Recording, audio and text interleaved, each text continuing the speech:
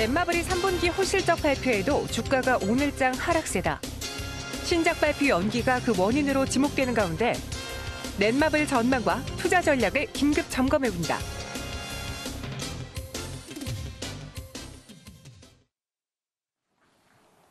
네, 이런 시장을 볼 때 대응하기가 어렵죠. 호실적은 나왔는데 주가는 하락하고 있습니다. 이유가 있지 않을까요? 오늘 넷마블에 대해서 유한타증권 고위드센터 영업부 곽용훈 부장과 함께 짚어보도록 하겠습니다. 부장님 안녕하세요. 네, 안녕하십니까. 네.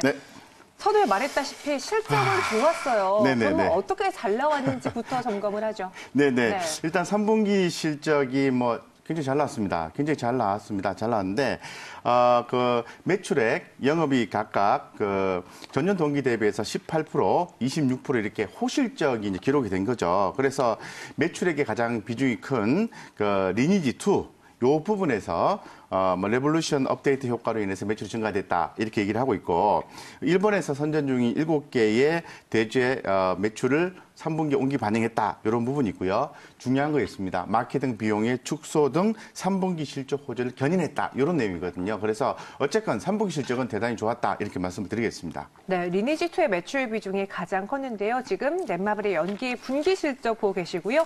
이번 매출액 6,199억 원, 영업이익은 844억 원의 3분기에 기록을 했습니다.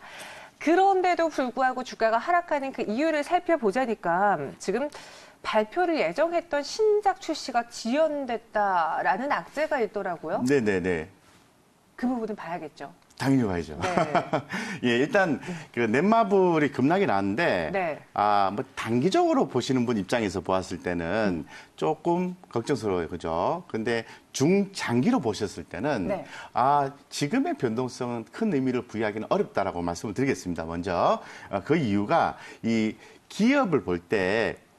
먼저 봐야 될 부분은 영업이익률이 증가되는가를 봐야 되는데, 이 회사 동사 같은 경우에는 올해 3분기부터 매출액 영업이익이 증가가 되고 있고, 올해 2분기부터 3년 평균 매출액 평균이 평균 기준에서 1년 평균이 이렇게 골든크로스가 나왔기 때문에 상당히 실적적인 측면에서는 이제 긍정적으로 볼 수 있을 것 같고요. 이 게임주 같은 경우에는 제가 말씀드린 것처럼 실적 베이스도 있지만 중요한 거는 기대감입니다. 기대감. 신작에 대한 기대감이 있어야 됩니다. 그런데 요번에 4분기 주요 라인업이었던 세븐나이츠 2하고 A3의 출시 연기가 됨에 따라서 상당히 좀 4, 4분기를 좀 보수적으로 봐야 되지 않느냐, 이런 부분이 있었던 거죠. 그렇기 때문에 상당히 주가가 좀 변동성이 좀 나온 것 같고, 현재 막바지 완성도를 높이는 작업 중이기 때문에 조금 추가적인 연기를 좀 했다라는 부분이 있을 것 같고요.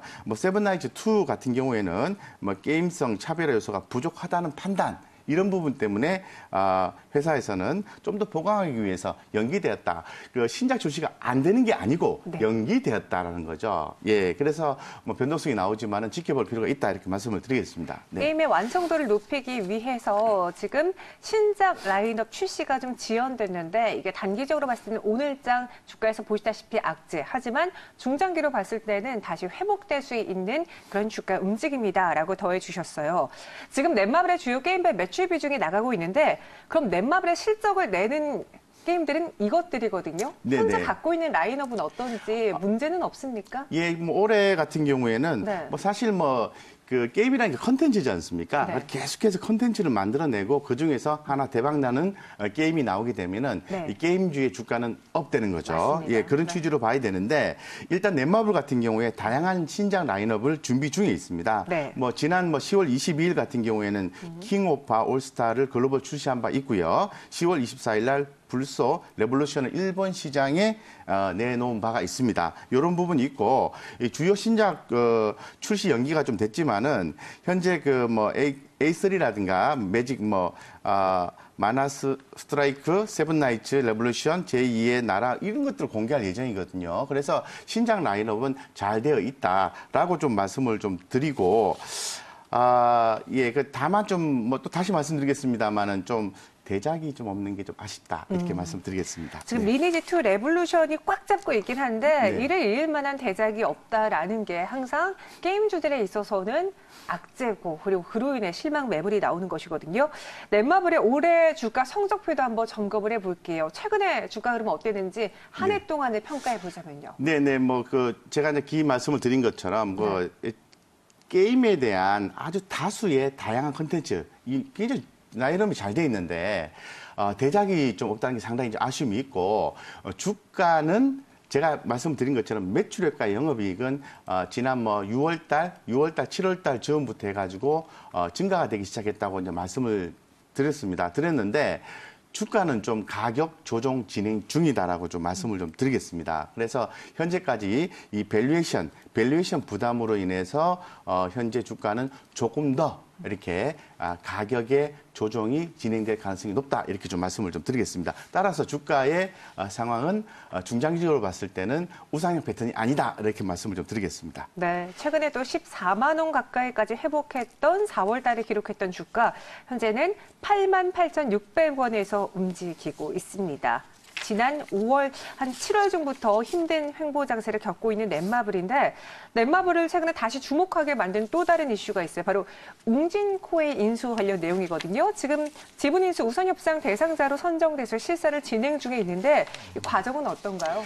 네, 현재 진행 중이죠. 네. 예, 좀 진행 중이고 사실 이 부분이 넷마블의 주가를 견인할 수 있는 요소입니다. 네. 네, 굉장히 중요한 요소인데 지금 현재 지금 웅진코에를 인수함으로 인해서 네. 인수 진행 과정에 있어서 약간의 경영상의 문제, 경영에 대한 어떤 관련해가지고 고용에 대한 문제 이런 부분이 있긴 하죠. 네. 그런데 사실 이 부분은 큰 그림으로 봤을 때는 하나의 지나가는 과정이다라고 좀 볼 수 있을 것 같고 이제 제가 좀 주목하는 부분은 이 웅진코웨이와 시너지 효과가 나느냐라는 부분이거든요. 그래서 시너지 효과가 날지에 대해서는 가봐야 됩니다. 이 시너지 효과라는 것은 앞으로 비즈니스를 얘기하는 거거든요. 이런 부분에 대해서 상호 보완적이고 이 넷마블이 신사업에 진출해서 좀 더 매출액이 증가가 되고 이런 부분을 얘기하는 건데 하나 주목할 만한 부분이 있습니다.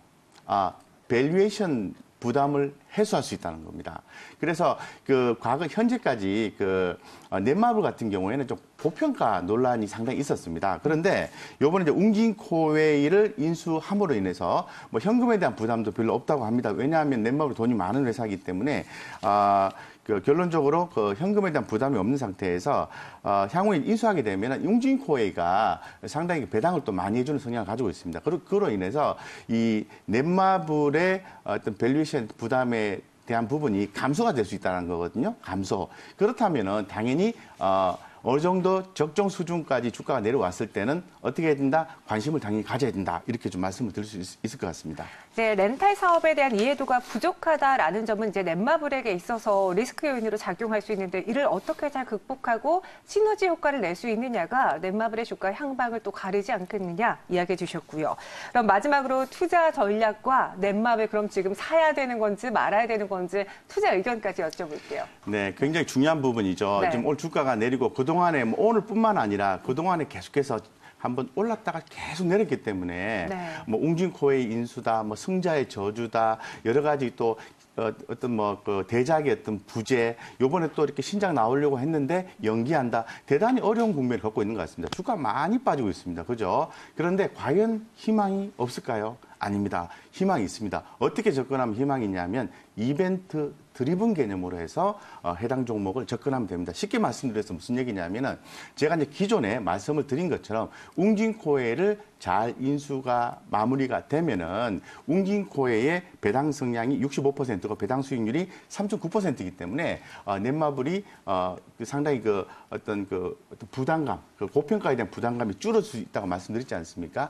그 부분 완료가 되면 그 부분이 이제 진행이 되는 거고 그렇다면은 어느 정도 가격 메리트가 생기는 거고 두 번째 요번에 신작 발표에 대한 부분 연기됐지 않습니까? 그래서 조금 보완해가지고 내년 1분기 2분기 때쯤에 나오지 않겠나라고 지금 전망을 하고 있는데 그때 되면은 게임주 같은 경우에 신작 모멘텀이 있으면 올라가지 않습니까? 그때쯤에 수급 보고 실적 데이터 보고 기대감 보고 수급 보면은 기존에 갖고 계신 분들은 추가 매수하는 전략을 취하시는 게 바람직하지 않겠나 이런 생각이 들고 신규 매수하시는 분들은 지금은 아니고 내년에 넘어갔을 때 제가 방금 전에 말씀드렸던 내용들을 체크하셔서 투자를 한다면은 상당히 그 각이 빠진 것만큼 주가의 상승폭은 상당히 탄력적으로 나올 수 있다. 이렇게 말씀을 드리겠습니다. 네, 1분기부터 이제 내년 1분기부터 신규 접근 또 추가 매수 접근해 보시길 바랄게요. 지금까지 곽여운 부장과 함께했습니다. 고맙습니다.